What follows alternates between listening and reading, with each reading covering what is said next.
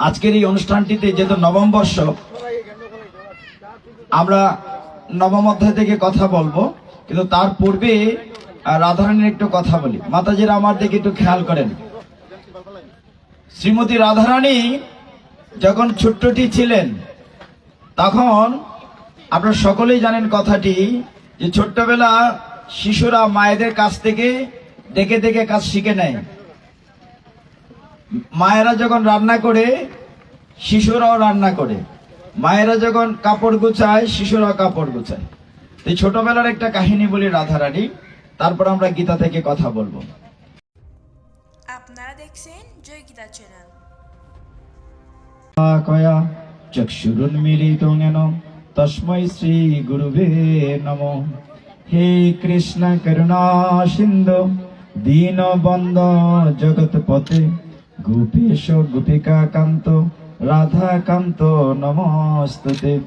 তপ্ত কাঞ্চন গৌরাঙ্গী রাধে বৃন্দাবনেশ্বরী বৃষভানুসুতে দেবী প্রণমামি হরি প্রিয়। নমো মহাবদান্নায় কৃষ্ণ প্রেম প্রদায়তে কৃষ্ণায় কৃষ্ণ চৈতন্য নামনে গৌরতীশে নমো। নারায়ণং নমস্কৃত্য নরং চৈব নরোত্তমং দেবীং সরস্বতীং ব্যাসং ততো জয়মুদীরয়েৎ।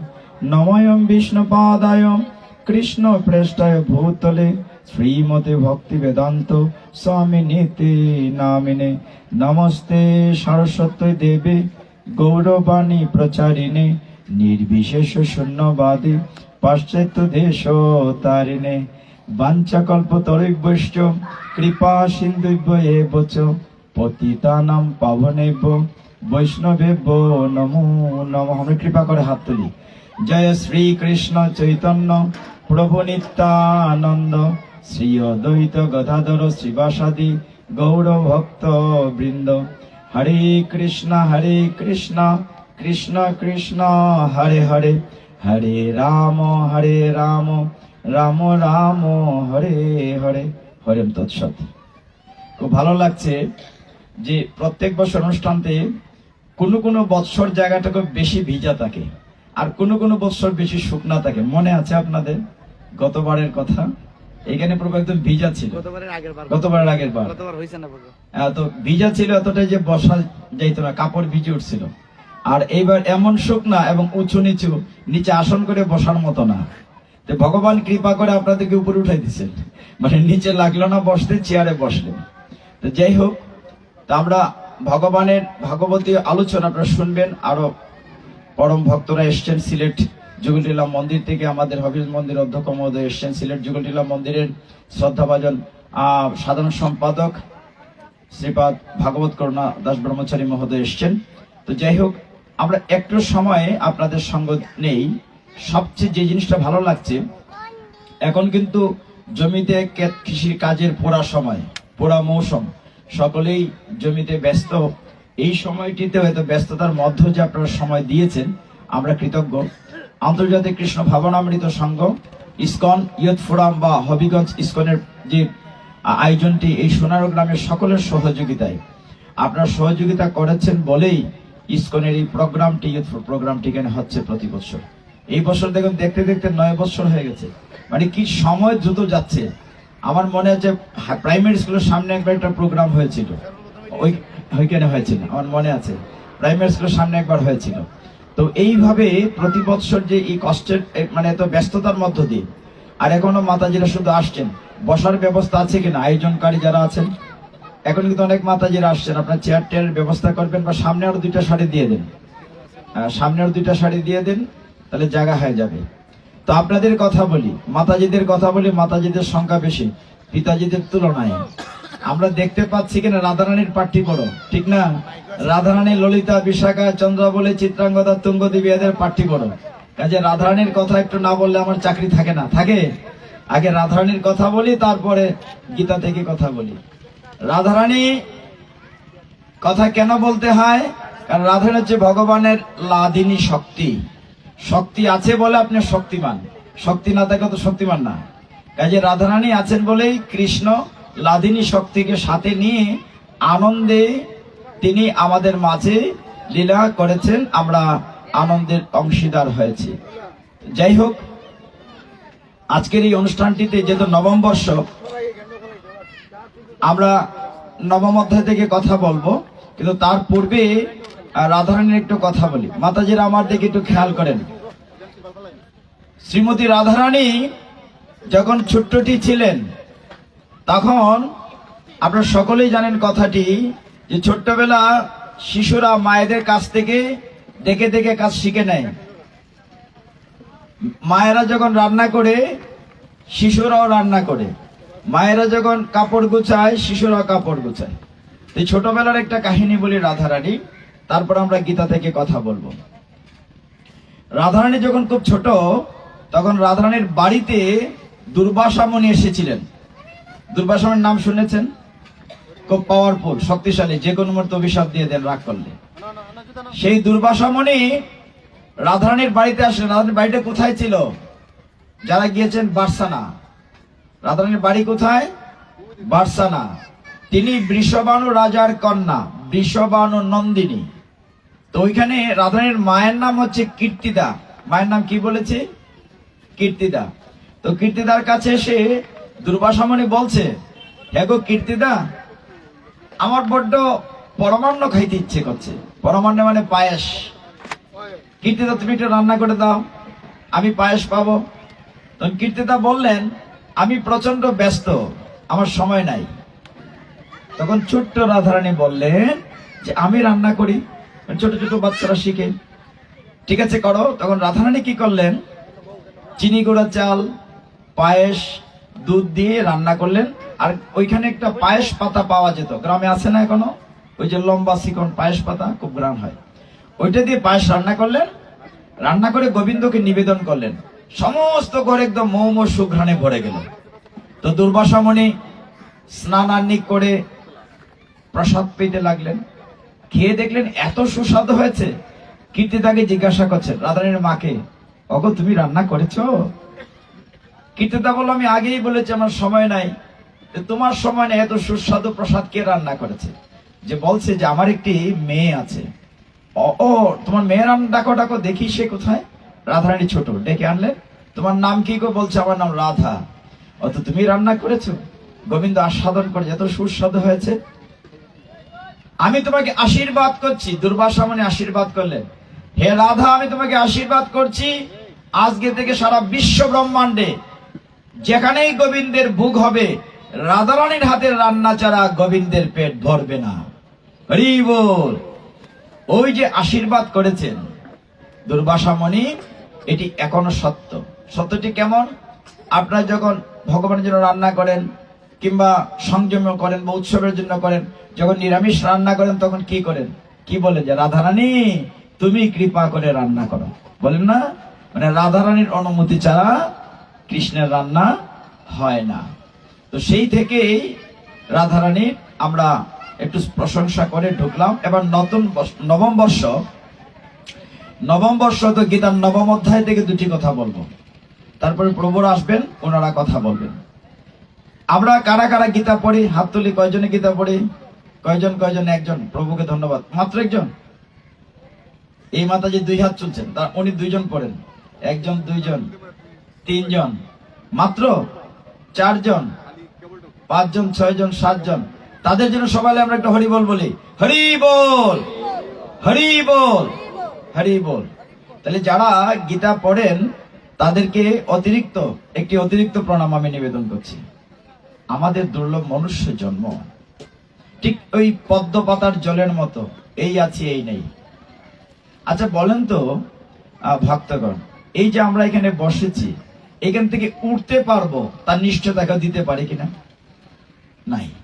এই যে বসে কিন্তু উঠতে পারবো তার কি সিউরিটি আমরা দিতে পারি না। তো এই যে অনিশ্চিত জীবন, এক সেকেন্ডের নাই ভরসা, বন্ধ হবে রং তামাশা। অথচ আমরা এই জীবনটা কত বড়াই করি, আড়াই করি। এই কয়দিন ধরে বাইরে প্রোগ্রামে যাচ্ছি, গত 2 দিন ছিলাম মন্তলা, সেখানে একটা কথা বলছিলাম, বা মাধবপুর বণিকপাড়াতে কি কথা বলছিলাম। আমরা অনেকেই অহংকার করি, আমরা মনে করি যে আমি করি। আসলে কি আমি করি না ভগবানে করান? ভগবানে করান তাই করি, ভগবান বলান তাই বলি, তিনি চালান তাই চলি। আপনার আমার নিজের কিচ্ছু করার ক্ষমতা নাই। ছোট্ট উদাহরণ দিই, আমাদের অহংকার করার কিচ্ছুটি নাই। বাবা দেখুন, আপনি বা আমি কি নিজে নিজে জন্ম নিতে পেরেছি? পেরেছি না জন্ম দিয়েছেন অন্যজন? আমার মা বাবা, ভগবানের কৃপায়। তাহলে জন্ম দিয়েছেন অন্যজন। আমি যতটুকু পড়াশোনা করেছি, যতটুকু জ্ঞান অর্জন করেছি, এই জ্ঞানটা দিয়েছেন অন্যজন, আমার শিক্ষক, আপনাদের মতো শ্রদ্ধাজনেরা। জন্ম দিয়েছেন অন্যজন, শিক্ষা দিয়েছেন অন্যজন। আমি চাকরি করেছি বা কেউ ব্যবসা বা গৃহস্থী করছেন, সেটাও দিচ্ছেন অন্যজন। আমি জন্ম নিতে পারি নাই, আমাকে জন্ম দিয়েছেন অন্যজন।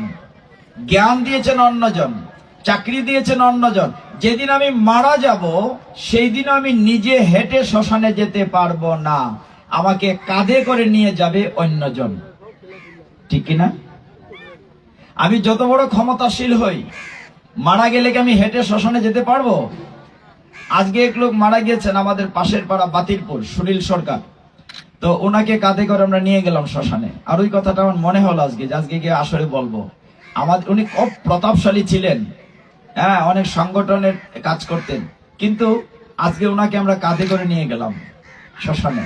মানে শেষের দিনেও আপনি নিজে হেঁটে শ্মশানে যেতে পারবেন না। তাহলে আপনার আমার অহংকার করার কিছু আছে? নাই। এইবার নবম অধ্যায় থেকে আমরা দুটো কথা বলি, যেহেতু নবম বর্ষ। শ্রীমদ্ ভগবদ গীতা যথাযথ শ্রীল প্রভুপাদ যে গীতাটি সারা পৃথিবীতে প্রচারের জন্য অনেকে আমাদের মতো কাজ করছে রাত দিন। প্রভুপাদ বলেছে যে গীতাটি একটা বুলেটের মতো, একটা অ্যাটম বোমার মতো। আজও কালো কোথাও না কোথাও কারো কাছে থাকলে এটা বাস্তবিক। এই গীতাতে আমাদের সমস্ত জীবন ব্যবস্থার কথা বলা আছে, বিশেষ করে নবম অধ্যায়, নবম বর্ষ যেহেতু বলছি। গীতার নবম অধ্যায়ের নাম হচ্ছে রাজবিদ্যা রাজগুহ্য যুগ। কি বলেছি মা? রাজবিদ্যা রাজগুহ্য যুগ। এই অধ্যায়ে শ্লোক খুব বেশি নাই, 34খানা শ্লোক আছে। আমি দু একটা শ্লোক নিয়ে একটু কথা বলি। এবং ভগবান কৃষ্ণ এই অধ্যায় সবকটাই বলেছেন। ভগবান কৃষ্ণ যে দেখুন কি, আপনাদের কি সৌভাগ্য যে এরকম একটি খোলা জায়গায় একটি আসর করে আপনাদের মতো ভক্তদের সাথে সঙ্গ আমরা পাচ্ছি। শুধু পাঠটা ঘোরানো যায়, এটা একটু ডিল করে ঘটনা, এটা বামে বাস, বেশি দূর হলে পড়ে যাবে। তো যে কথা বলছিলাম, নবম অধ্যায়ের নাম রাজবিদ্যা রাজগুহ্য যুগ। মানে সাধারণ বিদ্যা না, রাজবিদ্যা। আর গোপন মানে গুহ্য, এতটাই তথ্যগত এই অধ্যায়টি। ভগবান অর্জুনকে বলছেন, অর্জুন, আমাকে পেতে গেলে, আমার কৃপা পেতে গেলে কি করতে হবে? তিনি 22 নম্বর শ্লোকে বলছেন, অনন্য চিন্তয়ান্তমাম যে জনা পর্যায় উপাসতে তেষামে নিত্য অভিযুক্তানাম যুগক্ষেমং বহামি অহম। ভগবান বলছেন যে নিত্য ভক্তিযুগ দ্বারা প্রীতিপূর্বক যে আমার সাথে যুক্ত থাকে, আমার সেবা পূজা করে, ভগবান বলছেন আমি তার যুগ এবং ক্ষেম দুটি বহন করি। উত্তরটা কি? যুগ এবং ক্ষেম, এটার মানে কি? যুগ হচ্ছে আপনার যা সম্পদ আছে সেইটি ভগবান দেখাশোনা করেন, পাহারা দেন। আপনার সম্মানও একটি সম্পদ। সম্মান সম্পদ না? আপনার টাকা পয়সা সব আছে, সম্মান খোয়াই নিলেন, এটা একটা সম্পদ। তো ভগবান বলছেন আমি এটি পাহারা দেই। আর যে বিষয়টি তোমার নাই অথচ তুমি চাও, সেটা হচ্ছে ক্ষেম, আমি নিজে কাঁধে করে এনে দিয়ে যাই। দেখেন ভগবান ভক্তের জন্য কি বলছেন, আমি ভক্তের বোঝা বহন করি। উদাহরণ দিই, এই শ্লোকে ভগবান বলছেন যে যুগক্ষেমং বহামি অহম, আমি যুগ এবং ক্ষেম দুটি বহন করি। এই নিয়ে আমাদের পুরাণে ভাগবতে অনেক গল্প আছে, অনেক কাহিনী আছে। অর্জুন মিশ্রের কাহিনী আপনারা জানেন। আমরা অন্য একটা জায়গা থেকে একটু কথা বলি, ভালো লাগবে। জগন্নাথের লীলামৃত থেকে বলি। জগন্নাথের পুরীতে আমরা কারা কারা গেছি? জগন্নাথের পুরীতে বেড়াতে একজন পাওয়া গেল। একজন মাতাজি পাওয়া গেল, দুইজন পাওয়া গেল, বাস ঠিক আছে, খুশি হলাম, দুইজন পাওয়া গেল। ওই আর একজন পিছনে হাত তুলছেন, মাতাজি জগন্নাথের পুরীতে গেছেন, আসেন আসেন, আমি তো আপনাদের অপেক্ষায় ছিলাম। যা হোক, তো সেই সময়ে একজন পূজারী ছিলেন জগন্নাথের, নাম ছিল তালিচা মহাপাত্র। কি নাম বলেছি? তালিচা মহাপাত্র। আরেকজন জগন্নাথের খুব ভক্ত ছিল, জগন্নাথের পুরী থেকে একটু দূরে, এই জায়গাটির নাম হচ্ছে যাজপুর, যেমন হবিগঞ্জ থেকে দূরে সোনারু, এরকম একটা দূরে একটা গ্রামে এক ভক্ত ছিলেন জগন্নাথ, তার নাম ছিল মাহান্তি। যাজপুরের মাহান্তি। কি নাম বলেছি? মাহান্তি। সে এতটাই জগন্নাথের ভক্ত ছিল, প্রতিদিন ভিক্ষা করে কোন রকম সংসার চলতো, তার ছেলে মেয়ে আছে, তার স্ত্রী আছে, কিন্তু ওই অবস্থা খারাপ, ভিক্ষা টিকরা করে কোন রকম, কিন্তু ভগবানকে না দিয়ে কিচ্ছু পায় না। সেই মাহান্তি পরবর্তীতে তার নাম হয়ে যায় বন্ধু মাহান্তি। ভগবান যে গীতায় বলছেন যে অনন্য চিত্তে তার প্রতি চিন্তা করলে ভগবান তার সমস্ত দায়িত্ব গ্রহণ করেন। তো সেই মাহান্তি, বন্ধু মাহান্তি কি করলো, একবার ওই দেশে খুব অভাব হলো। অভাব মানে তখনকার সময়ের কথা, কোনো বৃষ্টি হয় নাই, অনেকদিন বৃষ্টি হয় নাই, খরা। মানুষের ভিক্ষা দিবে কি? নিজের ঘরেই ধান নাই, কি করে ভিক্ষা দেবে? এরকম গরিব অবস্থা। তো মাহান্তির স্ত্রী বলছে, অগো, এখানে থাকলে যে আমাদের ছেলেমেয়েরা মরে যাবে, না খাইতে খাইতে মরে যাবে। অর্থাৎ এখানে এতটাই অভাব যে মানুষের ভিক্ষা দিচ্ছে না। বন্ধু মাহান্তির স্ত্রী বলল, অগো, তোমার কি কোথাও কোনো আত্মীয় স্বজন আছে দূর দেশে? চলো সেইখানে চলে যাই, তাহলে অন্তত বাচ্চাদিগুলো বাঁচানো যাবে, এখানে অভাব, ভিক্ষাও মিলছে না। বন্ধু মাহান্তি বললেন, না না, আমার কোনো আত্মীয় নাই কোথাও। হঠাৎ মনে করলেন, না না, আমার একজন বন্ধু আছে। তোমার বন্ধু আছে? কোথায়? বলে পুরীতে থাকেন। আমার একজন বন্ধু আছেন, পুরীতে থাকেন। বলে চলো যাই সেখানে। মাহান্তি বলল, কালকে যাই, আজকে না। বলে না, কালকে কেন, আজই চলো, বাচ্চারা দুদিন ধরে না খেয়ে আছে, আজই চলো। তখন বন্ধু মাহান্তি তার স্ত্রী বাচ্চাদেরকে নিয়ে হেঁটে রওনা হলো, পুরীতে যাবে। তখন তো এখানে গাড়ি ঘোড়া ছিল না এতটা, মাইলের পর মাইল হেঁটে যাচ্ছে, কতক্ষণ বাচ্চাকে কাঁধে নিচ্ছে, কুলে নিচ্ছে। যেতে যেতে সন্ধ্যা হয়ে গেছে, তারা পুরীতে পৌঁছেছে, জগন্নাথের মন্দিরে। আপনারা যারা গিয়েছেন দেখেন, প্রথম যে দক্ষিণের যে দরজাটা, ওইখানে 18টা সিঁড়ি আছে, যদিও বলা হয় 22 পায়চা। আরেকদিকে উত্তর দিকে জগন্নাথের যে রন্ধনশালা, যেদিকে রান্না করা হয় ভগবানের ভোগ, ওইদিকে একটা নালা আছে, ড্রেন। ওই নালা দিয়ে, গ্রন্থ বলছে পাজা নালা, পাজা বললে বুঝবেন না, আমরা যে ভাত রান্ধে যে ফেনা, মানে কি বলে, মার যে পালায় যে ড্রেনেতে যায়, ওই নালাটার তীরে তার আগে পৌঁছলো। সন্ধ্যা হয়ে গেছে, খুব ক্লান্ত, সারা পথ হাঁটতে হাঁটতে গেছে। তো বন্ধু মাহান্তির স্ত্রী বলছে, তুমি যাবে না বন্ধুর বাড়িতে? এত পথ হেঁটে এসেছি। বলে, যাবো। দেখছো না আজকে বন্ধুর বাড়িতে অনেক অতিথি, এত ভিড়, মানে মন্দিরে ঢুকা যাচ্ছে না, পুলিশও আছে, এত ভিড়। বলে, আজকে আমরা নালার ওইখানে থাকি, কালকে বন্ধুর বাড়িতে যাব। অর্থাৎ এতটাই ভক্ত ভগবান জগন্নাথের যে মাহান্তি তাকে বন্ধু বলছে, যে আমার বন্ধুর বাড়িতে বেড়াতে যাব। অভাব। তারা কি করলো, ওই ড্রেন থেকে, পাজা নালা মানে মারের নালা থেকে, মাটির পাত্র, ভাঙ্গা পাত্র থেকে মারের সাথে কিন্তু একটা দুইটা ভাতও যায়, অন্ন যায়, এগুলা উঠিয়ে নিজে খেয়েছে, বাচ্চাদেরকে খাইছে। আরে কি অভাব! খেয়ে পথক্লান্তি, খুব পরিশ্রম করে এসছে, হেঁটে হেঁটে শুয়ে পড়েছে, ঘুম লেগে গেছে। ওইদিকে জগন্নাথ রাত্রিবেলা মনে মনে ভাবছেন, এত দূর থেকে যাজপুর থেকে একটা লোক, আমার এত ভক্ত, আমাকে বন্ধু ভেবে চলে এসছে। ভগবান দেখেন, ভগবান নির্ভর করলে কি হয়, অনন্য চিন্তায়ন্তমাম। তখন ওই জগন্নাথ চিন্তা করলে, সর্বনাশ, আমি এখানে মন্দিরে এত ভালো ভালো খাবার খাচ্ছি, আমার অতিথি আমার উপরে নির্ভর করে এখানে এসেছে, সে কি না খেয়ে থাকবে? জগন্নাথ কি করলেন, রাত্রির বেলা জগন্নাথের যে থালাতে ভোগ দেওয়া হয়, সোনার থালা, সেই থালার মধ্যে যত পিঠা পায়েস, পাটিসাপটা ছিল, ওগুলো নিয়ে একটি বৃদ্ধ ব্রাহ্মণের বেশ ধরে বাইরে আসলেন। ওইদিকে কিন্তু মাহান্তি ঘুমিয়ে আছে, একদম নাক ডেকে ঘুমাচ্ছে, ক্লান্ত। ভগবান জগন্নাথ ডাকলেন, এই মাহান্তি, ওঠো, মাহান্তি ভাবলো, না বোধহয় আমাকে বোধহয় কেউ ডাকছে না, কারণ আমি তো এখানে নতুন এসেছি, আমাকে তো কেউ চিনে না। ভগবান জগন্নাথ আবার ডাকলেন, এই মাহান্তি উঠো। তখনও ধরপড়ি চিন্তা বোধহয় আমাকে না। তখন জগন্নাথ বললেন, এই যাজপুরের মাহান্তি উঠো। তখন নিশ্চিত আমাকে ডাকছে, কারণ যাজপুর থেকে তো আমি ছাড়া আর কেউ আসে নাই। উঠে দেখে একজন বৃদ্ধ লোক হাতে থালা নিয়ে দাঁড়িয়ে আছে। মাহান্তি ধরপড়ি ঘুম থেকে উঠেছে, আমাকে ডেকেছো? বলে, হ্যাঁ শোনো, তোমার বন্ধু জগন্নাথ তোমার জন্য খাবার পাঠিয়েছে, আজকে থালার খাবারগুলো খাও, আমি পরে এসে নিয়ে যাব থালা, আর কালকে তোমার বন্ধুর একটা ব্যবস্থা হবে, বন্ধু ব্যবস্থা করবে। বাচ্চাদেরকে ডাকলো, উঠো উঠো, দেখো আমার বন্ধু খাবার পাঠিয়েছে। মানে মনে মনে কত খুশি। স্ত্রীকে ডাকলো, স্ত্রী উঠলো, বাচ্চারা উঠলো, উঠে দেখলো এরকম খাবার জীবনে খায় নাই। এত গরিব খাবি কোথায়?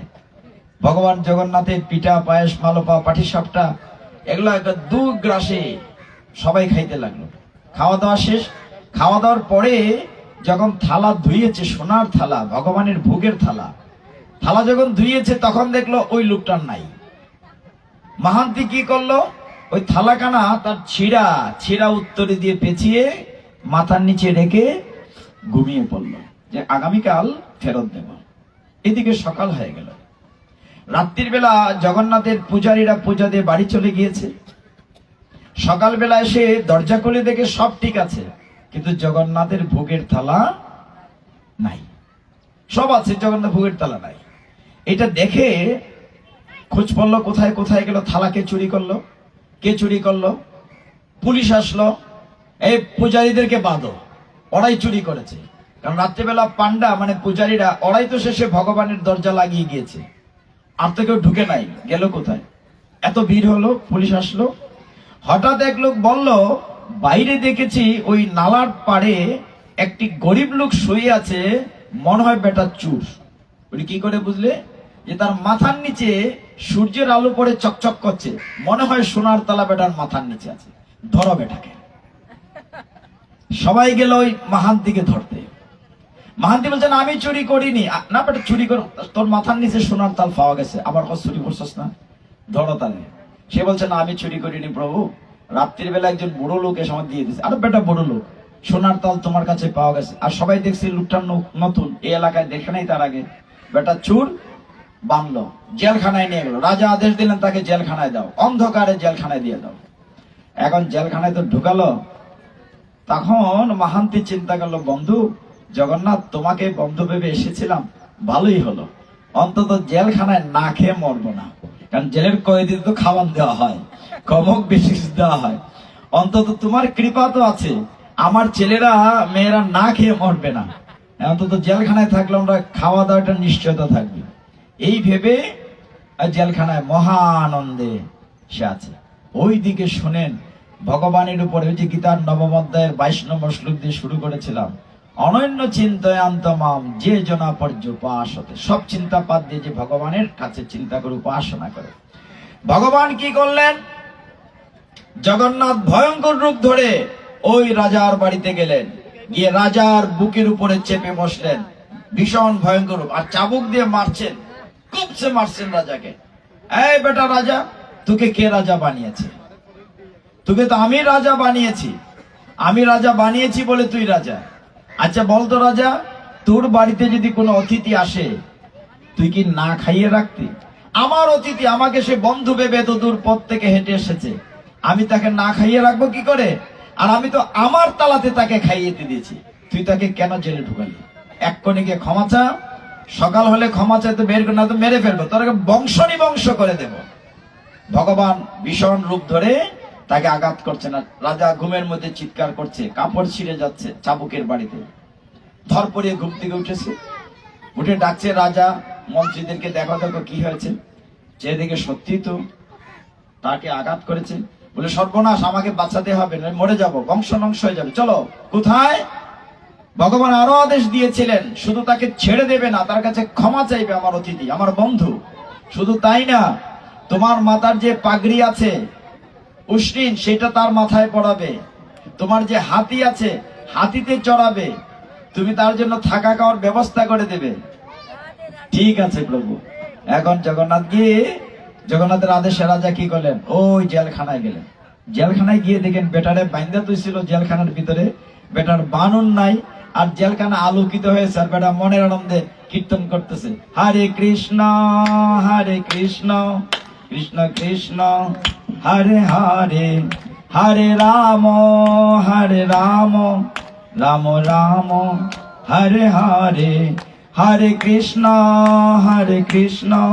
কৃষ্ণ কৃষ্ণ হরে হরে, হরে রাম রাম রাম হরে হরে। রাজা তো দিকে অবাক হয়ে গেছেন, বেটা তোর দিলাম জেলখানা, হ্যাঁ তোর দিকে কিচ্ছু নেই, মহানন্দে আসস। রাজা তার কাছে ক্ষমা চাইলেন, আমি বুঝতে পারি নাই হে মহান্তি, তুমি ভগবান জগন্নাথের এত বড় বন্ধু, আজ থেকে তোমার নাম হলো বন্ধু মহান্তি। শুধু মহান্তি না, তোমার নাম কি হবে, বন্ধু মহান্তি। তিনি কি করলেন, রাজা নিজের মাথার পাগড়ি মানে উষ্ণীন, নিজের মাথার পাগড়ি তার মাথায় পরিয়ে দিলেন।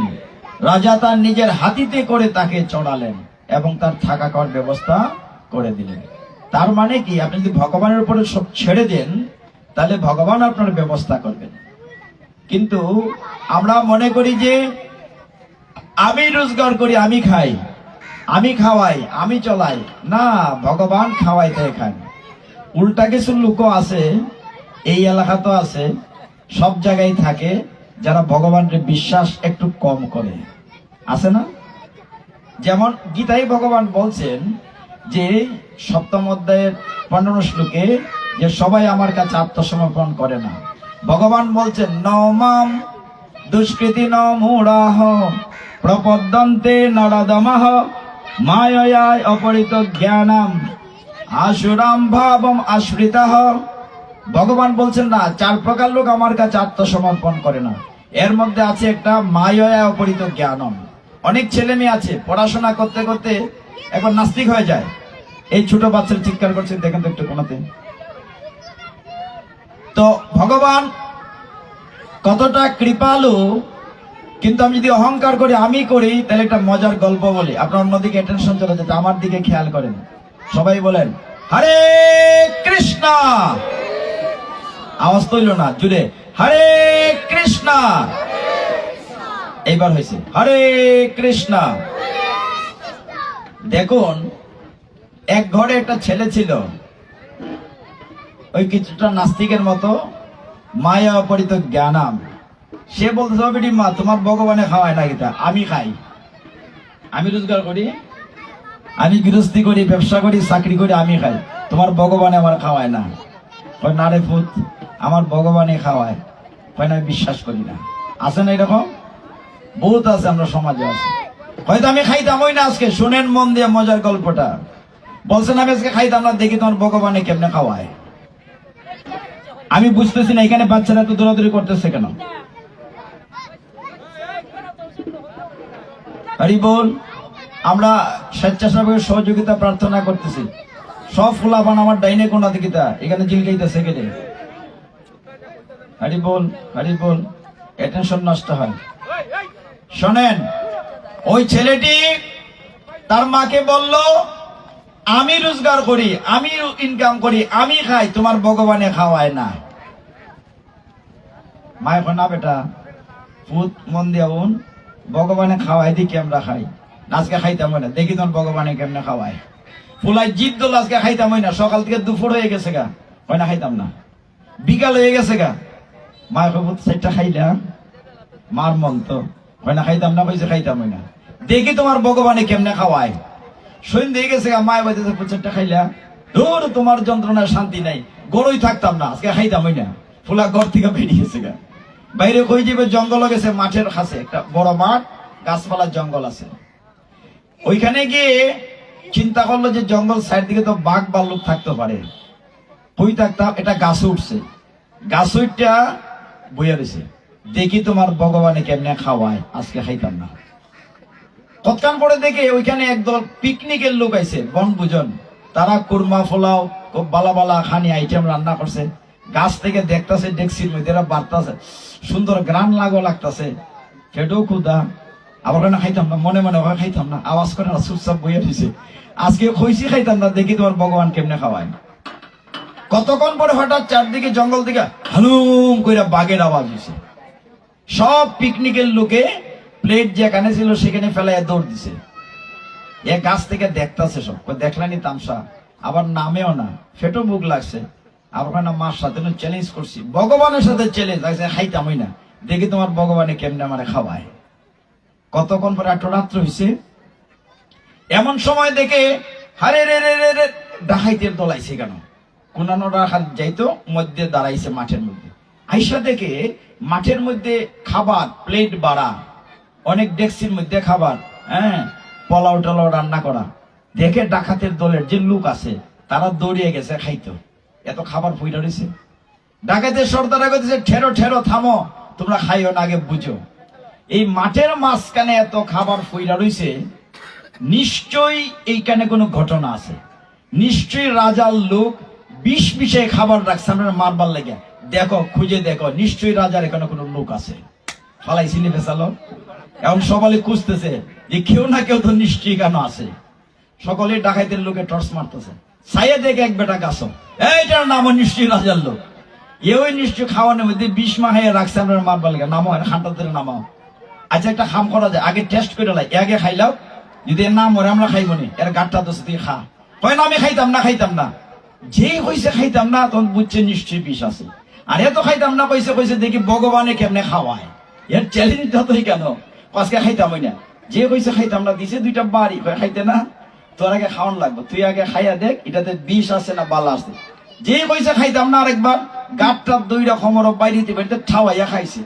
খাওয়ানি দেখে মরে না, এরপরে ডাকাইতে খাইছে।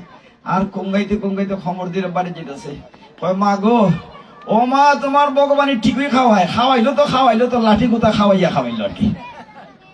তোমার ভগবান ঠিকই খাওয়ায়, আমি খাই না, ভগবানই খাওয়ায়। তবে ওই খাইলাম, কিন্তু লাঠির বাড়ি খাইয়া, মানে সরতাপ্পর খাইয়া। ব্যাপার হচ্ছে মনে রাখতে হবে, সমস্ত বিশ্ব প্রতিপালক অনাদিরাদি গোবিন্দ শ্রীকৃষ্ণ, তিনি খাওয়ান বললে আমি খাই, তিনি চালান বলে আমি চলি। ওই যে শুরুতে বলছিলাম, এখানে আমরা বসেছি, এখান থেকে উঠতে পারবো, তার 1 সেকেন্ডের বিশ্বাস আমরা কেউ দিতে পারি না। জীবনটা পদ্ম পাতার জলের মতো, সব সব পড়ে থাকবে। একটা যদি ওই জায়গাটা ভাবি, এই নশ্বর পৃথিবী, এই নবম অধ্যায়ে থাকে। নবম অধ্যায়ে ভগবান এত সুন্দর করে বলেছেন, অর্জুনকে দিয়ে সমগ্র জগৎবাসীকে প্রতিজ্ঞাপূর্বক ঘোষণা দিয়েছেন। নবম অধ্যায়ের 31 নম্বর শ্লোকে, রাজবিদ্যা রাজগুচ্ছ যুগে ভগবান বলছেন, অর্জুন, আমি বলবো না, তুমি আমার হয়ে সমগ্র জগৎবাসীকে প্রতিজ্ঞাপূর্বক জানিয়ে দাও, কন্তেও প্রতি জানিহি নমে ভক্ত প্রণশ্যতি, আমার ভক্তের কখনো বিনাশ হয় না। কত বড় কথা!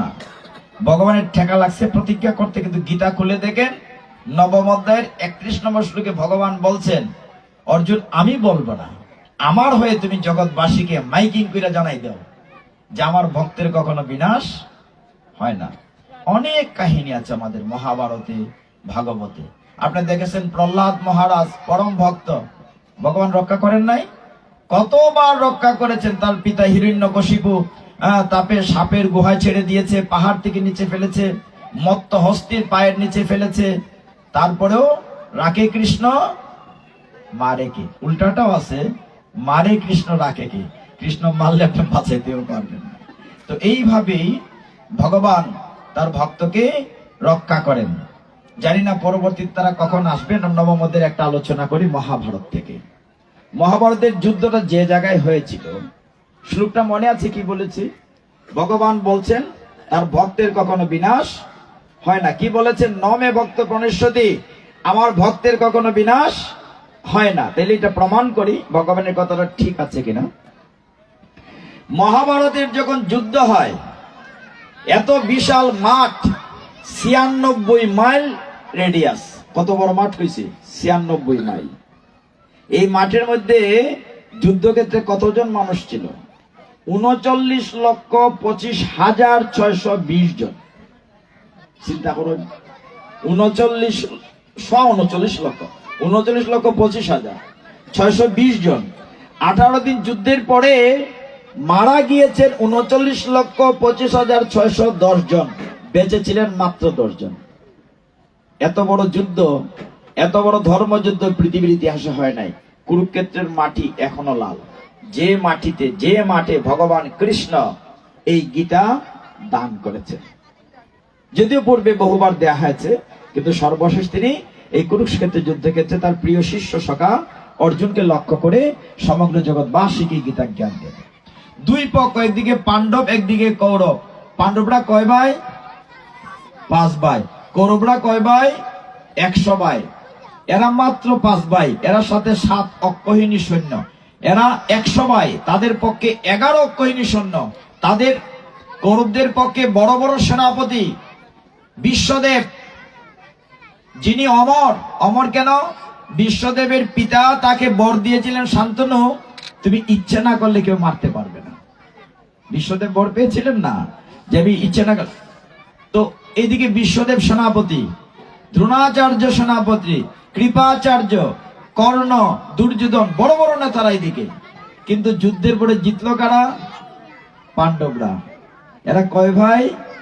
5 ভাই। কেন জিতলো? কারণ তাদের পক্ষে ছিলেন ইয়ত্র যুগেশ্বর কৃষ্ণ। যে পক্ষে থাকেন কৃষ্ণ যুগেশ্বর, ইয়ত্র যুগেশ্বর কৃষ্ণ। এই জন্য অর্জুনরা জিতেছিল। সেই যুদ্ধের একটি কাহিনী বলি। 10 দিন, প্রথম 10 দিন কৌরব পক্ষে সেনাপতি ছিলেন বিশ্বদেব, যিনি প্রায় অমর ছিলেন, ইচ্ছা না করলে মরবেন না। তো তিনি 10 দিন একটানা যুদ্ধ করেছেন। পাণ্ডব পক্ষ প্রায় হেরে যাচ্ছিল। তখন কৃষ্ণকে বলেন, হ্যাঁ বিশ্বদেব, তুমি মরছো না কেন? তুমি না মরলে তোমার প্ল্যান নষ্ট হয়ে যাচ্ছে। তুমি একা যুদ্ধ করে শেষ করলে তো হবে না, আমার তো একটা প্ল্যান আছে। ভগবান তো প্ল্যান করে রাখছেন কার পরে কারে মারবেন, কারে জিতাবেন। বিশ্বদেব বলছেন, আমি মরবো না। মরবে না কেন? আমি তো সত্য প্রতিজ্ঞ মানুষ। বলে তোমার প্রতিজ্ঞা কোনো খামেরই না। বলি কেন? তুমি সারা জীবন অধর্ম করছো। বিশ্বদেব রে কইতেছেন ভগবান। বিশ্বদেব করে না, আমি সারা জীবন প্রতিজ্ঞা রাখছি বিয়ে করব না। ভগবান বলেন, যে প্রতিজ্ঞা সমাজের কোনো উপকারে আসে না, এই প্রতিজ্ঞার কোনো দাম আছে? তুমি বরঞ্চ আরো পাপ করেছো, অন্যায়। বিশ্বদেব না, আমি জীবনে পাপ করি না। বলে করছো। যুদ্ধের আদেশ দেওয়ার দায়িত্ব সেনাপতির, আর আদেশ দিছে দুর্যোধন, তুমি দায়িত্ব পালন করছো। তুমি জীবনে আরো বহু অন্যায় করছো। বলে কি? যেদিন ভরা রাজসভায় রাজবধূ দ্রৌপদীর বস্ত্র হরণ করে সম্মান হানি করা হয়, সেই দিন তো তুমি রাজসভায় ছিলে। তুমি ইচ্ছে করলে আটকাইতে পারতে। তুমি কি আটকাইছো? রাজবধূর অপমান হইতে দিছো। তোমার জীবনটাই বৃথা। এমন ভাবে বুঝালেন কৃষ্ণ। তখন বিশ্বদেব বলে, তাই তো, হে বাসুদেব, তাহলে কি করেন? বলে তুমি মরো। তুমি না মরলে তোমার প্ল্যান নষ্ট হয়ে যেতেছে।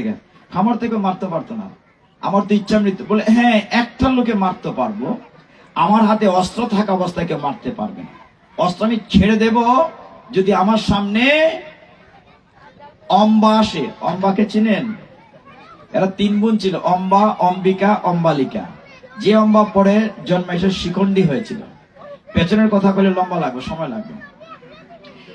বিশ্বদেব বললেন, যদি আমার সামনে শিখণ্ডী আসে তাহলে অস্ত্র ছেড়ে দেব, আর অর্জুন আমার তীর গিলবে।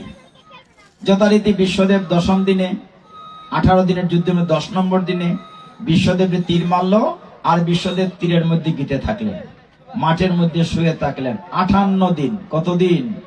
58 দিন শুয়ে থাকলেন, 1-2 দিন না। কেন 58 দিন শুয়ে থাকলেন? আর কয়দিন পরে এই মাসের সংক্রান্তিতে আমরা সংক্রান্তি করবো না? কি সংক্রান্তি মা? পৌষ সংক্রান্তি, উত্তরায়ণ সংক্রান্তি, তিল সংক্রান্তি, মকর সংক্রান্তি। অকলটা নাম তো একটু ওই বিভিন্ন নাম কইলাম আর কি। আমি বুঝি না এখানে ছোট বাচ্চারা কেন এই পিছনে এসে কথা বলছে। এইদিকে প্লিজ ভলান্টিয়ার যারা আছেন পিছন থেকে বাচ্চাদের একটু কাইন্ডলি সরাই দেন। এত জায়গা থাকতে বাবারা তোমার আমার পিছনে কেন বাবা? পুরো প্রোগ্রামটা নষ্ট করে দিচ্ছে। বিশ্বদেবের এই সংক্রান্তিটা তিনি 58 দিন সরসজ্জায় শুয়ে থাকলেন। তিনি অপেক্ষা করলেন উত্তরায়ণের। আয়ন বুঝেন তো? সূর্যের 2টা পথ আছে, একটা দক্ষিণায়ন, একটা উত্তরায়ণ। এই দক্ষিণায়নে এবং উত্তরায়ণের তফাৎ আছে। আমরা যারা পৃথিবীতে মানুষ, আমাদের 12 ঘন্টা দিন 12 ঘন্টা রাত, ঠিক আছে না মা? 12 ঘন্টা দিন আর 12 ঘন্টা রাত। দেবতাদের 6 মাস দিন 6 মাস রাত। এখন যদি আপনার বাড়িতে যে রাত্রেবেলা 1টা-2টার সময় দরজা লাগাই না, বন্ধ থাকবো? রাত্রেবেলা গেলে তো ঢুকতাম, পারমনি করো, পারতাম না। এখন বিশ্বদেব চিন্তা করলেন, এখন দক্ষিণায়ন চলছে, উত্তরায়ণ আসতে আরো 58 দিন বাকি আছে। উত্তরায়ণ হলে স্বর্গের দেবতাদের 6 মাস দিন 6 মাস রাত, উত্তরায়ণে তাদের দিন এইখান থেকে সবটা দেখেন, মাঘ মাসের 1 তারিখ থেকে। মাঘ, ফাল্গুন, চৈত্র, বৈশাখ, জ্যৈষ্ঠ, আষাঢ়, এটা হচ্ছে উত্তরায়ণ। এই সময় দেবতাদের দিন। এই জন্য এর ভিতরে দেখেন মাঘ, ফাল্গুন, চৈত্র পড়ে। এই জন্য চৈত্র মাসে যে দুর্গা পূজাটা করি, এটা কালের পূজা। এই সময় দেবতাদের দিন। আর মাঘ, ফাল্গুন, চৈত্র, বৈশাখ, জ্যৈষ্ঠ, আষাঢ়, এরপরে শ্রাবণ, ভাদ্র, আশ্বিন, কার্তিক, অগ্রহায়ণ, পৌষ। শ্রাবণ, ভাদ্র, আশ্বিন, আশ্বিন মাসে যে দুর্গা পূজাটা হয়, এটা অকালের পূজা। তখন দেবতাদের রাত, দেবতারা ঘুমে থাকে। এখন বিশ্বদেব চিন্তা করলেন, আমি যদি দক্ষিণায়নে যাই তাহলে স্বর্গে ঢুকতে পারবো না, দরজা লাগানো থাকবে। এই জন্য 58 দিন শুয়ে থাকলেন খোলা মাঠের মধ্যে। তখন বিশ্বদেব একদিন কৃষ্ণকে জিজ্ঞাসা করলেন, আচ্ছা জনার্দন, বলো তো, আমি তো জীবনে কোনো পাপ করি নাই, এমন কোন অন্যায় করি নাই, আমি কেন ওই তীরের মধ্যে গীতা মাঠের মধ্যে হা করে উপর দিকে ছাইয়া রয়েছি কত কষ্টে, আমার এত কষ্টে মৃত্যু কেন হচ্ছে? ভগবান বলে, নিশ্চয়ই তুমি পূর্বজন্মে কোনো খারাপ কাম করছো, দেখো পূর্বজন্মের ইতিহাস দেখো। এখন বিশ্বদেব তার আগের জন্ম দেখলেন, কিচ্ছু করেন নাই। তার আগের জন্ম দেখলেন, কিচ্ছু করেন নাই। দেখতে দেখতে 100 জন্ম দেখলেন। বলে, ভগবান 100 জন্ম পর্যন্ত পিছনে দেখছি, আমি কোনো অন্যায় করি নাই, পাপ করি নাই, কেন আমি তীরের মধ্যে গীতা রয়েছি 58 দিন? ভগবান বলেন, আরেকটু পিছনে দেখো।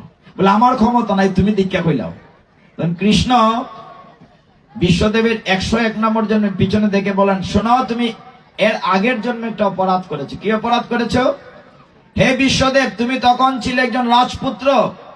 একদিন মৃগয়ায় হরিণ শিকারে যাওয়ার সময় তোমার রথের সামনে একটা বড় সাপ পড়েছিল। তুমি তোমার রথের লোককে বলছিলে সাপটাকে সরায় দাও। তখন তারা কি করেছিল? ওই সাপটিকে ছুঁড়ে মেরেছিল জঙ্গলে একটি কাটা গাছে গিতেছিল, ক্যাকটাসে। ওই কাটা গাছের মধ্যে সাপটা গিতে থেকে আস্তে আস্তে মরে গিয়েছিল। ওই জন্মে যে তুমি পাপ করেছিলে, এই জন্য এই জন্মে এসে তুমিও কাঠার মধ্যে গিতে তীরের মধ্যে শাস্তি পাচ্ছ। প্রভু গো, কর্মফল বলো সাংঘাতিক জিনিস। আপনি কর্মফল থেকে মুক্তি পাবেন না। আপনি যদি মনে করেন চোখ মুজে আমি রাখলাম কাকের মতো, না না, যে যে কর্ম করবেন তার ফল ভোগ করতেই হবে। তাহলে এই ফাঁকে কর্মফলের একটা গল্প বলি। আমরা যাবো আবার এখানে, যেহেতু সময় আছে, আমরা যাব বিশ্বদেবের কাহিনীতে। কর্মফলটা দেখেন, খুব সুন্দর একটা কাহিনী আছে আমাদের। একদিন রাধারানী এবং কৃষ্ণ ওই যমুনা নদীর তীর দিয়ে হাঁটছিলেন। রাধারানী কৃষ্ণ হাঁটছিলেন, তো রাধারানী কৃষ্ণকে জিজ্ঞাসা করলেন, আচ্ছা আচ্ছা প্রভু বলেন তো, এই জায়গায় আপনি কর্মফল কর্মফল বলেন, কর্মফলটা কি? তুমি যে বলো কর্মফল ভোগ করতে, কর্মর ফলটা কি? তাহলে শুনবে কর্মফলটা। বলে, হ্যাঁ, গীতায় আমি বলেছি, কর্মণায় অধিকারস্তে মা ফলেষু কদাচিৎ। কর্মে তোমার অধিকার আছে, ফলে তোমার অধিকার নাই। কিন্তু কর্মফল এমন একটা জিনিস, এখান থেকে মুক্তি পাওয়ার কোনো উপায় নাই। ওই যে গান্ধারী যখন কৃষ্ণকে প্রশ্ন করেছিল যে আমি তো সতীসাধ্যী স্ত্রী, স্বামীর জন্য আমি চোখ বেঁধে রেখেছি, কত সতীসাধ্যী স্ত্রী, তাইলে আমার 100 পুত্র মারা গেল কেন? ভগবান বলছিলেন, তুমি কোনো না কোনো এক জন্মে ছোটবেলায় 100টা ফড়িং মাইরা মালা গাচ্ছিলাই, এই জন্য তোমার 100টা ফল মারা গেছে। কর্মফল। এখন কর্মফল কি? কৃষ্ণ রাধারানীকে বলছেন, মন দিয়ে শুনি। বলে, রাধারানী শোনো, এক সময় এক দেশে একজন রাজা কি করলেন, রাজার অনেক বড় বড় বাগান আছে, ফুলের বাগান, ফলের বাগান, অনেক কিছু। সেই রাজা তার 3 জন মন্ত্রীকে, কয়জন মন্ত্রীকে, কয়জন মন্ত্রী বলছি? 3 জন মন্ত্রীকে বললেন, যাও ওই যে আমার ফলের বাগান আছে, সবাই একটা করে বস্তা দিলেন এক সমান। যাও ওই ফলের বাগান থেকে বস্তা ভরে নিয়ে আসো। কি নিয়ে আসো বলেন নাই। ফলের বাগান থেকে, খুব খেয়াল করেন কথাটা, কর্মফল কি জিনিস। রাধারানীকে কৃষ্ণ গল্পটা বলছে, মানে আমাদের শিক্ষার জন্য বলছে। তোমরা বাগানে যাও, তোমরা 3 মন্ত্রী ওই বস্তা ভরে নিয়ে আসো। তো ফলের বাগানে 3 জন গেল। একজন মন্ত্রী, প্রথম মন্ত্রী, তিনি আবার খুব কৃষ্ণ ভক্ত। তিনি বাগানে গিয়ে কৃষ্ণ স্মরণ করে ভালো ভালো ফল, গাছের সুমিষ্ট সুপাকনা ভালো ভালো ফল, ভালো জাতের ফল বস্তা বললেন সময় নিয়ে। দ্বিতীয় মন্ত্রী কি করলো, আর দূর রাজায় দেখবো নাকি, কিছু খাসা, কিছু ফাঁকা, কিছু ফুকায় খাওড়া, হ্যাঁ, কিছু বিষাক্ত, মানে যা পায় খিচ্চা বস্তা বইরে রয়েছে। তৃতীয় মন্ত্রী কি করলো, বলে রাজা কি বস্তা খুলবো নি, কইছে বস্তা বইরা নিয়ে আসো। সে ঘাস লতা পাতা বস্তা বইরা লাইছে ফটকিরা। রাজা আমি সবার আগে আইছি বস্তা বইরা, তোমরা পুরস্কার পাইতে আও, কাছে আও। 3 মন্ত্রী রাজার সামনে আসছে। আসো রাজা বলেন, আমার তো একটা মাথায় অন্যরকম প্ল্যান আছে। বলে কি, তোমাদেরকে 1 মাসের জেল দেওয়া হলো, এই জেলের পরে যারা বেঁচে আসবে তাকে প্রাইজ দেব। তবে তোমরা যে ফল নিয়ে এসেছো বাগান থেকে, ওই কর্ম ফলটা তোমরা ভোগ করবে। যদি 1 মাস বাঁচতে পারো ঠিকঠাক মতো, তবেই তুমি পুরস্কার পাবে। তো 3 জনের জেলে দিয়ে দিল, ওই যার যার বস্তা নিয়ে জেলে ঢুকাইল। এখন প্রথম যে মন্ত্রী ছিল সে কি এনেছিল, বাগানের ভালো ভালো কর্ম ফল এনেছিল। আরামসে ভগবানকে দিয়ে নিবেদন করে খাচ্ছে আর কীর্তন করছে, তার স্বাস্থ্য আরো ভালো হচ্ছে। 2 নম্বর মন্ত্রী যে আদা ফাঁকা, আদা খাসা, ফুকা খাওড়া বিষাক্ত ফল নিয়ে আসছিল, সেইগুলা তার কর্মফল সে ভোগ করতে গিয়ে, খেতে গিয়ে তার অসুখ হইলো, পেটের পীড়ায় ভুগলো, কষ্ট পেতে পেতে সে মরো মরো অবস্থা। আর 3 নম্বর জন বস্তায় কি এনেছিল, ফল ছিল ঘাস লতা পাতা। এগুলো কি খাওয়া যায়? 2-4 দিন খাওয়ার পরই না খেয়ে সে কষ্ট পেয়ে মরে গেল। ভগবান রাধারানীকে বলেন যে দেখো, এই হচ্ছে কর্মের ফল। তুমি যে কর্ম করে যে ফল আহরণ করেছো সারা জীবনে, ওই ফলটা তুমি ভোগ করছো। অতএব তুমি বুঝো কিরকম কর্ম করলে কিরকম ফল ভোগ করা যাবে। কঠিন জিনিস মা, কর্মের ফল থেকে কেউ মুক্তি পাবে না। ওইদিকে বিশ্বদেব সরসজ্জায় শুয়েছেন, এইদিকে যুদ্ধ চলছে। 10 নম্বর দিন যুদ্ধ হলো। 11 নম্বর দিন অর্জুনের একটি ছেলে ছিল, নাম হচ্ছে অভিমন্যু। শুনেন, চিনেছেন আপনার সবাই। অভিমন্যুর 16 বৎসর বয়স, সদ্য বিয়ে করেছে। অভিমন্যুর স্ত্রী ও সন্তান সম্ভবা, যার গর্ভে পরীক্ষিত মহারাজ আসবেন। অভিমন্যু তার বাবার মতো বড় যোদ্ধা, অর্জুনের মতো। এখানে যারা শাশুড়ি আছেন তাদের জন্য বলি কথাটি। অনেক সময় আমরা মনে করি, মাগো আমার বউ মাগরের যদি পোয়াতি হয়, বাচ্চা হতে যায়, তখন আমরা বলি যে গীতা ভাগবতে ফাটো যাইও না, মন্দিরে যাইও না। না, এই সময় বেশি করে গীতা ভাগবত শুনতে হবে। আপনি এসব বেশি করে সন্তানের জন্য উদাহরণ দেখেন। হিরণ্যকশিপু এত বিশাল দৈত্য, দৈত্যরাজ হিরণ্যকশিপু, তার স্ত্রীর নাম ছিল কয়াদু। কি নাম বলেছি? কয়াদু। সেই স্ত্রীর গর্ভে যখন প্রহ্লাদ ছিলেন, দেবরাজ ইন্দ্র হিরণ্যকশিপুর বউরে হাইজ্যাক করে নিয়ে যাচ্ছিল। এই করো কি করো কি, হ্যাঁ, দেবরাজ ইন্দ্র এত নেককারজনক ঘটনা, মহিলাকে হাইজ্যাক করতেছে বলে তার ঘরে বাচ্চা আছে, অসুরের ঘরে একটা অসুর হবে। নারদমণি বললেন, ওকে আমার কাছে দিয়ে দাও, আমার আশ্রমে থাকবে, সন্তান বড় হলে পাবে। ওই গর্ভে থেকে ভাগবত শ্রবণ করতে করতে এই গর্ভস্থ সন্তান প্রহ্লাদ মহারাজ কি হলো, ভক্তরাজ প্রহ্লাদ হয়ে গেল। এই কারণে তো আমরা যেটা বুঝতে চাই, যখন এই পিরিয়ড থাকে তখন যেন আমরা মায়েদেরকে বেশি করে গীতা ভাগবত শ্রবণ করার সুযোগ করে দেই। যাক, আমরা দেখতে পাচ্ছি আমাদের প্রধান অতিথি সহ সকলে চলে আসছেন।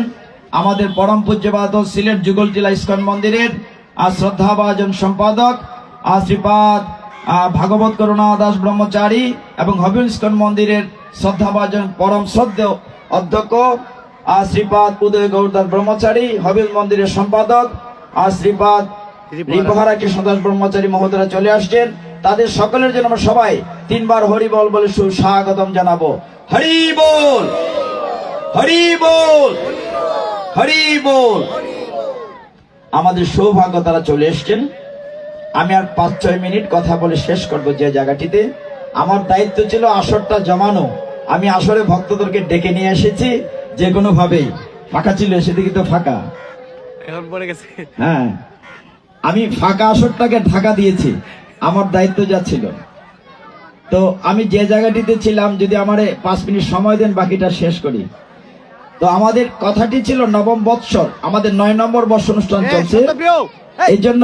আসন ঠিক করো। এই জন্য আমি নবম অধ্যায় গীতা থেকে টাচ করছিলাম, রাজবিদ্যা রাজ গুহ্য যুগ থেকে।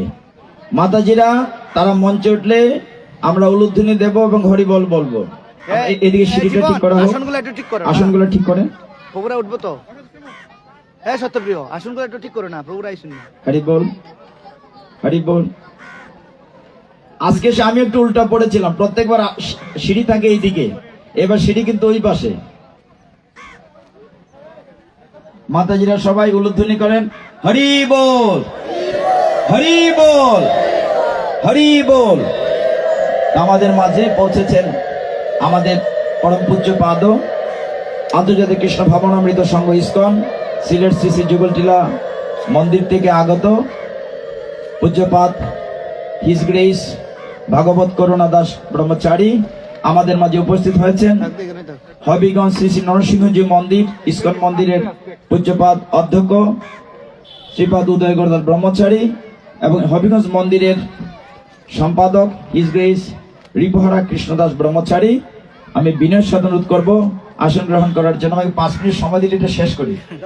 আচ্ছা, না আমার দায়িত্ব ছিল, প্রেসিডেন্ট আমাকে সিগন্যাল দিয়েছেন আপনি আগে চলে যান, হাউসটা জমছে না। আমি এসে ঠিক আছে হাউস পুড়ে দেবো, চিন্তা করেন না। এইদিকে আমার মাথার মতো অবস্থা, মাথার যখন চুল নাই, ফাঁকা ফাঁকা 10 পার্সেন্ট আছে। ঠিক আছে আমি হাউস ভরে দিই। যাই হোক, যে জায়গাটিতে ছিলাম, কোন শ্লোকটাতে ছিলাম, ভগবান অর্জুনকে দিয়ে প্রতিজ্ঞা করিয়ে বলেছেন, জগৎবাসীকে জানিয়ে দাও আমার ভক্তের কখনো বিনাশ হয় না, নমে ভক্ত প্রণশ্যতি।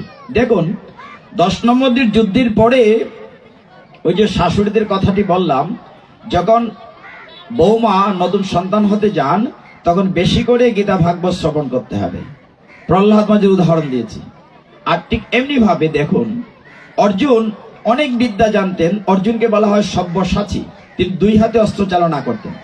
অর্জুনের স্ত্রী যখন সত্যভামা গর্ভবতী ছিলেন, অভিমন্যু যখন গর্ভে ছিল, তখন অর্জুন একটি যুদ্ধের কৌশলের বিবরণ দিচ্ছিলেন, তার স্ত্রীকে শোনাচ্ছিলেন চক্রবর্তীর ঢুকার এবং বেরোনোর নিয়ম। ঢুকার নিয়ম শোনার পরে স্ত্রী ঘুমিয়ে পড়েছিল। এখন সন্তান সম্ভব মা যখন ঘুমিয়ে পড়েন, তখন তার গর্ভস্থ সন্তানও ঘুমিয়ে পড়ে।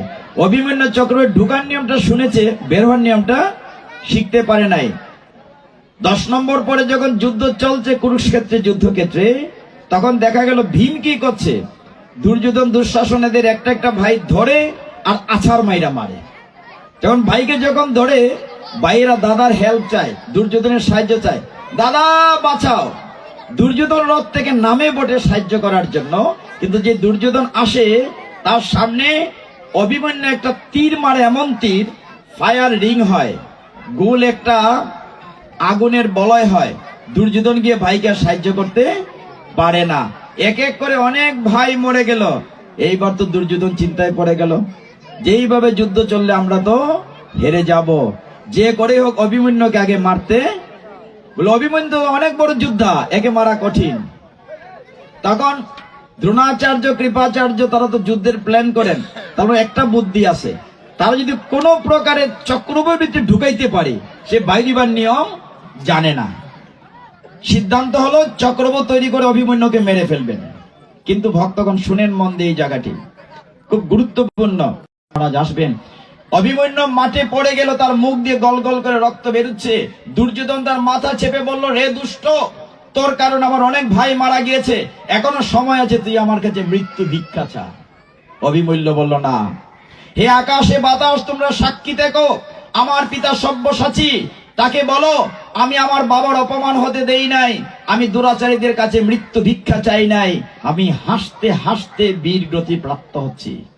অভিমন্যু মারা গেল, তার ডেড বডি সাদা কাপড় দিয়ে ডেকে সূর্য ডুবে গেল, নিয়ে আসা হলো তাঁবুতে। অর্জুন ফিরে এসে কাপড় তুলে দেখলো তার প্রিয় পুত্রের লাশ। আমার ছেলেকে কে মারলো? অভিমন্যুকে মারার মতো যুদ্ধ এই মাঠে নাই, কে মারলো? দাদা যুধিষ্ঠির তুমি কোথায় ছিলে? ভীম তুমি কোথায় ছিলে দাদা, ভাই নকুল সহদেব তোমরা কোথায় ছিলে? বলে আমরা কেউ পারিনি। কেন পারোনি? যে জয়দ্রথের কারণে আমরা ভিতরে কেউ ঢুকতে পারিনি। এটা শুনে অর্জুন বলল, না না, আজকে আমার ছেলের শেষকৃত্য হবে না, দেওয়া হবে না, লাশ থাকবে। আমি ক্ষত্রিয় অর্জুন প্রতিজ্ঞা করছি, আগামীকাল সূর্য ডুবার পূর্বে আমি জয়দ্রথকে মারবো। আর যদি মারতে না পারি, সূর্য ডুবার পূর্বে মধ্য মাঠে শ্মশান সাজানো থাকবে, আমি অগ্নিতে আহুতি দেব, অগ্নি সমাধি নেব। কত বড় প্রতিজ্ঞা ছেলের লাশের সাথে। পরের দিন ভীষণ যুদ্ধ, অনেক কথা আছে, আমি সংক্ষেপে নিচ্ছি। অনেক যুদ্ধ, বিশাল যুদ্ধ। অর্জুন বারবার বলছে, আর ওইদিকে জয়দ্রথ ভয়ে কাঁপছে। দাদা মানে সম্বন্ধী দুর্যোধনের কাছে গিয়ে বলছে, দাদা আমাকে তো অর্জুনে মেরে ফেলবে প্রতিজ্ঞা। আরে তোমাকে মারবি কি করে? তোমাকে মাঠের বাইরে একটা তাঁবুতে লুকিয়ে রাখবো, পাহারাদার থাকবে, মাত্র তো 12 ঘন্টা।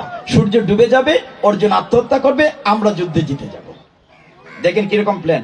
মাঠের বাইরে তাঁবুতে জয়দ্রথ একটা মশাল নিয়ে নাফানাফি করতেছে আর দেখতেছে সূর্য ডুবে কিনা। আর এদিকে কৃষ্ণকে অর্জুন বারবার তাগিদ দিচ্ছে, জনার্দন রথখানা তাড়াতাড়ি চালাও, মধ্য মাঠে নিয়ে যাও। সূর্য যে ডুবে যাচ্ছে, জয়দ্রথের দেখা নাই। যখন ঠিক মধ্য মাঠে চলে এসছে রথখানা, যেখানে ভক্তরা কল্পনা করুন, মধ্য মাঠে এরকম শ্মশান সাজানো আছে, লাকড়ি জ্বালানো আছে। যখন কাছাকাছি সূর্য ডুবেনি, তখনও ভগবান তখন কি করলেন বলেন, সুদর্শন, সুদর্শনকে রেখে যায় সন্তানের জন্য। অর্জুনের যে কাঁধে ধনু থাকে, তার নাম হচ্ছে গান্ডীব, ধনুকানা রথে রেখেছে, অগ্নি সমাধি নিতে যাচ্ছে। অর্জুনের সংশয় হচ্ছে, তাই তো আমি যে ভগবান তাকে মানলাম, ভগবান তো বাঁচালো না, সূর্য ডুবে গেল, ঘটনাটা কি? যেই ধনুটা রাখছেন, তখন ভগবান বলল, অর্জুন তুমি তো পুড়ে মরে যাবে, এটা রাখেন লাভ কি, এটা নৌকার সাথে।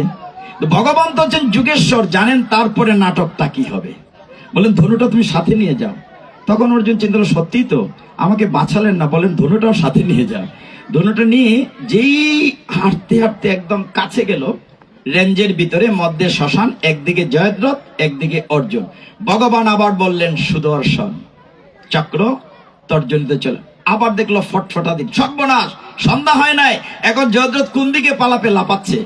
ভগবান বলেন, অর্জুন এইবার তুমি মারো, ওই যে ধনু দিয়েছেন সাথে কাজে লাগবে, এইবার তুমি মারো। কিন্তু যেই ধনু ত্যাগ করেছে, জয়দ্রথের মনে পড়েছে তার পিতা বনে তপস্যা করছেন, এমন একটি বর তাদের আছে, যার কারণে মাথাটি কেটে মাটিতে পড়বে জয়দ্রথের, সে বাস্ট হয়ে যাবে।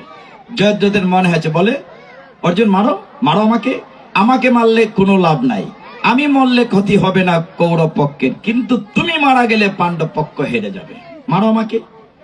এখন দেখেন আমাদের গীতা এখানে কি শিক্ষা দিচ্ছে। আমাদের সংসার আমরা এরকম দুটানায় পড়ি, করব কি করব না, যাব কি যাব না।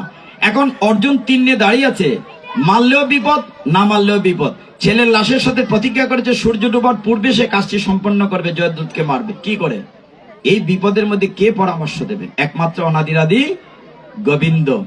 সেই সময় অর্জুন পিছন দিকে মুখটা ফেরালেন, কারণ জনার্দন কৃষ্ণ রথে বসা, যিনি সর্ব কারণ কারণম। যেই পিছন ফিরেছে, কৃষ্ণ বললেন, অর্জুন অর্ধেন্দু, ছোট্ট একটা শব্দ বললেন, অর্ধেন্দু। অর্ধেন্দু বুঝি কিনা? ইন্দু মানে চাঁদ, অর্ধেক ইন্দু মানে অর্ধেক চাঁদ। কার মাথায় অর্ধেক চাঁদ থাকে? শিব ঠাকুরের মাথায়। অর্জুনকে মনে করে দিলেন, যখন বনবাসে ছিলেন অর্জুন, তখন শিব ঠাকুর একবার জঙ্গলি সর্দার সে যে একটা শূকর হত্যা করেছিলেন, উভয়ে যুদ্ধ হয়েছিল। অর্জুনের যুদ্ধে খুশি হয়ে শিব ঠাকুর তাকে এমন একটি অস্ত্র দিয়েছিলেন, পাশুপতি বা পশুপতি তীর, তার মুখটা অর্ধেক চাঁদের মতো। বৈশিষ্ট্য ছিল, যাকে মেরে যেখানে যেতে বলবেন মাথা সেখানে যাবে। ভগবান মনে করিয়ে দিলেন, অর্ধেন্দু এইবার তোমার ওই অস্ত্রটা মারতে হবে। চিন্তা করেন কেমন ভাবে তার ভক্তকে রক্ষা। ওম নমঃ শিবায়, ওই তীরটা এনে অর্জুন তীর মারলো। জয়দ্রথ তার মাথাটি বলল, জঙ্গলে চলে যাও। মাথাটি কেটে নিয়ে জয়দ্রথ তার পিতার কুলে ফেলে দিল। আর এটা কি সর্বনাশ, নিচে ফেলে দিলেন, পিতাও বাস্ট হয়ে গেল। এক তীরে পিতাও শেষ, পুত্র শেষ। কথাটি কি ছিল? নবম অধ্যায়ে আমরা আলোচনা করছিলাম, নবম বর্ষ বলে। ভগবান বলছেন, কন্তেও প্রতি জানিহি নমে ভক্ত প্রণশ্যতি, আমার ভক্তের কখনো বিনাশ হয় না। ভগবান তার প্রিয় ভক্ত শিষ্য অর্জুনকে রক্ষা করেছেন কিনা? করেছেন। আমরা এখানে আলোচনা বিশ্রাম করছি। আমাদের পূজ্যপাদ ভক্তবৃন্দ চলে এসেছেন, প্রধান অতিথি বিশেষ অতিথিবৃন্দ যারা অনুষ্ঠান উপস্থাপনা করবেন তাদেরকে অনুরোধ করছি মঞ্চে চলে আসার জন্য এবং তাদেরকে আচ্ছা ঠিক আছে। তো তার আগে মাল্যদান আছে না?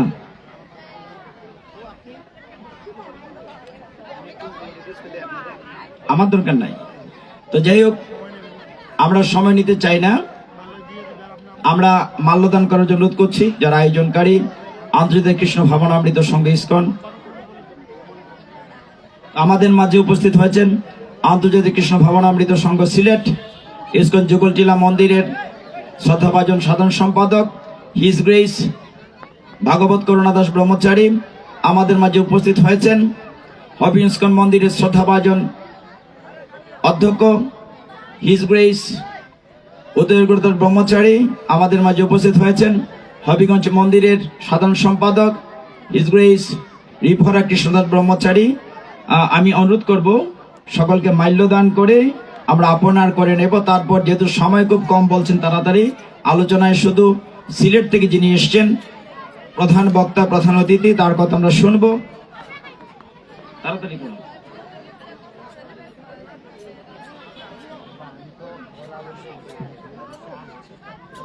আমি তো কন্টিনিউ করছি, আমার 7 ঘন্টার তো আপত্তি না, আপনার আদেশ তো মানছি। মাতাজির উল্লোধ্বনি করবেন।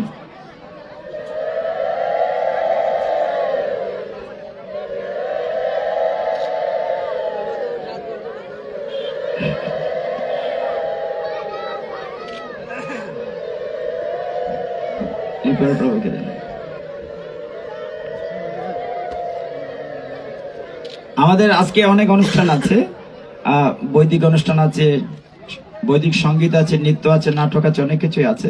তো এ পর্যায়ে ভাগবতী আলোচনা চলছিল। প্রেসিডেন্ট প্রভু কিছু বলবেন সরাসরি? আচ্ছা, তো যাই হোক, আমরা ভাগবতীর কথা শুনবো ভাগবত প্রভুর শ্রীমুখ থেকে। মিল আছে কথাটি? ভাগবত রিপোর্ট প্রভু কিছু বলবেন? আচ্ছা, তো সরাসরি আমি মাইক্রোফোন হস্তান্তর করছি এবং বিনয়ের সাথে অনুরোধ করবো হিজ গ্রেস আমাদের অত্যন্ত শ্রদ্ধাভাজন সিলেট ইসকন মন্দিরের পরম পূজ্য পাদ শ্রীপাদ, হ্যাঁ আমাদের অত্যন্ত পরিচিত। শুধু তাই নয়, তিনি সবসময় বিশেষ করে ভক্তদেরকে এমনভাবে সঙ্গ দেন, বিশেষ করে ট্যুর প্রোগ্রামে। আমি তো মাঝে মধ্যে বিস্ময়ে থাকি যে তিনি রেস্টলেস ভক্তদেরকে নিয়ে সারা পৃথিবী দর্শন করানোর জন্য সহযোগিতা করেন। তো তিনি কষ্ট করে শীতের সময়ও সুদূর সিলেট থেকে আমাদের মাঝে এসছেন শ্রীপাদ ভাগবত করুণাদাস ব্রহ্মচারী। প্রভুর জন্য আমরা একটা জুড়ে করতালি চাই। হরি বল, হরি বল। ঠিক আছে, আমি মাইক্রোফোন হস্তান্তর করছি প্রভুর কাছে এবং বিনয়ের সাথে অনুরোধ করছি আমাদেরকে ভাগবতী কথা শ্রবণ করানোর জন্য। Subscribe to our YouTube channel.